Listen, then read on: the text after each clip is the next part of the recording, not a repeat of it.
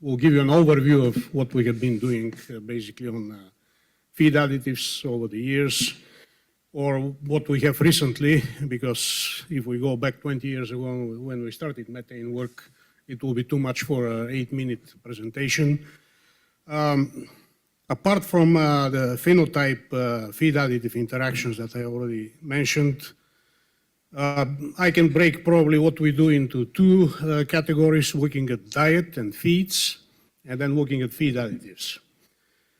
On the diet side, we have looked at forages, and we are still looking at forages, particularly corn silage and hybrids. We have developed indexes to evaluate corn silage, and then we relate this to methane emissions. We have looked at what we call alternative forages over the years, and nothing can compete with corn silage. So that's, a take-home message, if you want, on the forage side, just because of the starch level that is in corn silage. Another thing we started looking at recently a little more seriously is how much starch we can feed to dairy cows and still have the production where we want it to be, fat and energy-corrected milk, and see if this can affect methane emissions. So we have a poster at a talk at ADSA this year, those of you that will be there. We went up to 40% starch, for example. And interestingly enough, of course, fat percent went down, but energy-corrected milk increased. So cows simply produced more milk. And methane emission intensity on an energy-corrected milk basis linearly went down. The effect is not going to be great. We are looking at 5–10% reduction maybe, but there is some room probably there with diet manipulation to affect methane emissions. Oils, of course, there is a limit where we can go with that. We also look at the individual feeds. We have a quite large database of diets that we have tested for methane emissions, so we are trying to go back now and look at individual feeds where we can characterize them, what we call methane emitting potential in vitro, and relate this to diet formulation and in vivo emissions based on our data that we have so far, as I mentioned, about 1,400 individual cow data.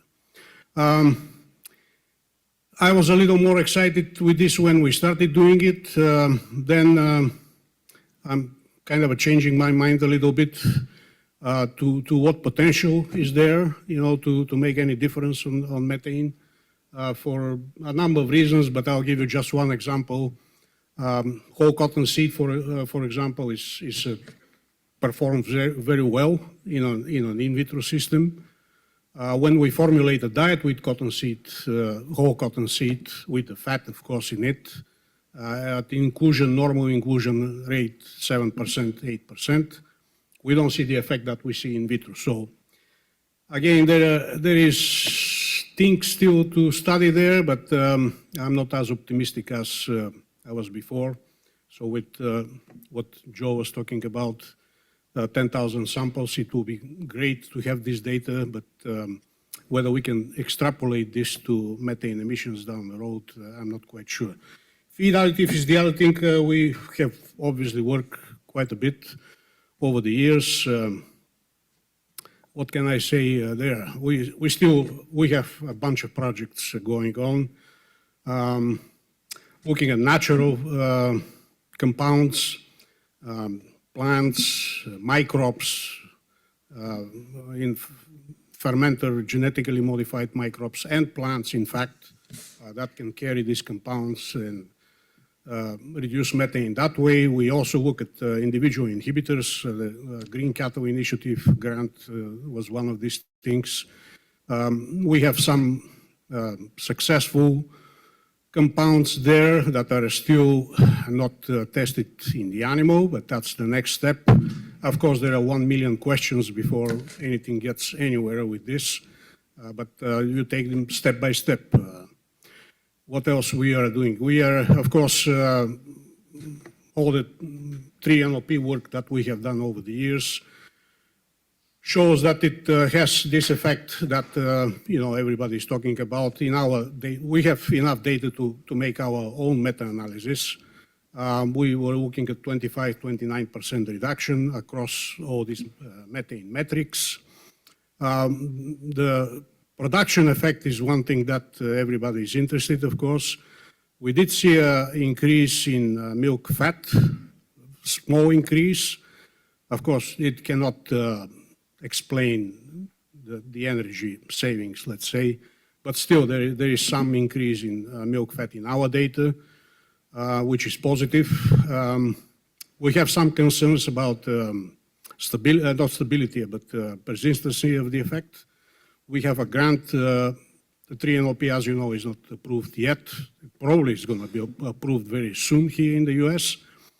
But our grant is to look at long-term effects, full lactation or multiple, couple of lactations at least, for 3-NOP and asparagopsis.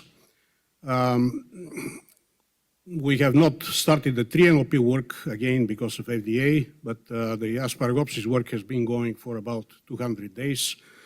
Now the cows are in about 200 days in milk. It started well, 65% reduction. Now we are at about 20-25% reduction. So with all these feed additives, we have to look at long-term effects. There is no question about this in my mind. And that unfortunately repeats what we have seen in shorter term studies, about 10-15 weeks, typical continuous design experiments. I think that kind of summarizes it. We have another of these, what do you call that, smart commodities grants, huge grant, of course, but that's more implementation than research and development. It involves 70 dairy farms in Pennsylvania that are going to implement these climate smart practices to improve their carbon footprint, milk and so on. Feed additives are a big part of that. The project is targeting both methane and nitrous oxide. Oh, one thing I should have mentioned, we also look at nitrogen and methane interactions. I think at least I have done 20 years of work on nitrogen, but now we can relate both nitrogen and methane to diet manipulation, and we have seen it. In fact, we have a paper a couple of years ago that we did see a reduction in methane when we decrease nitrogen and replace it with starch, and also introduce synthetic amino acids. So that's an overview of what we've been doing. Thank you very much.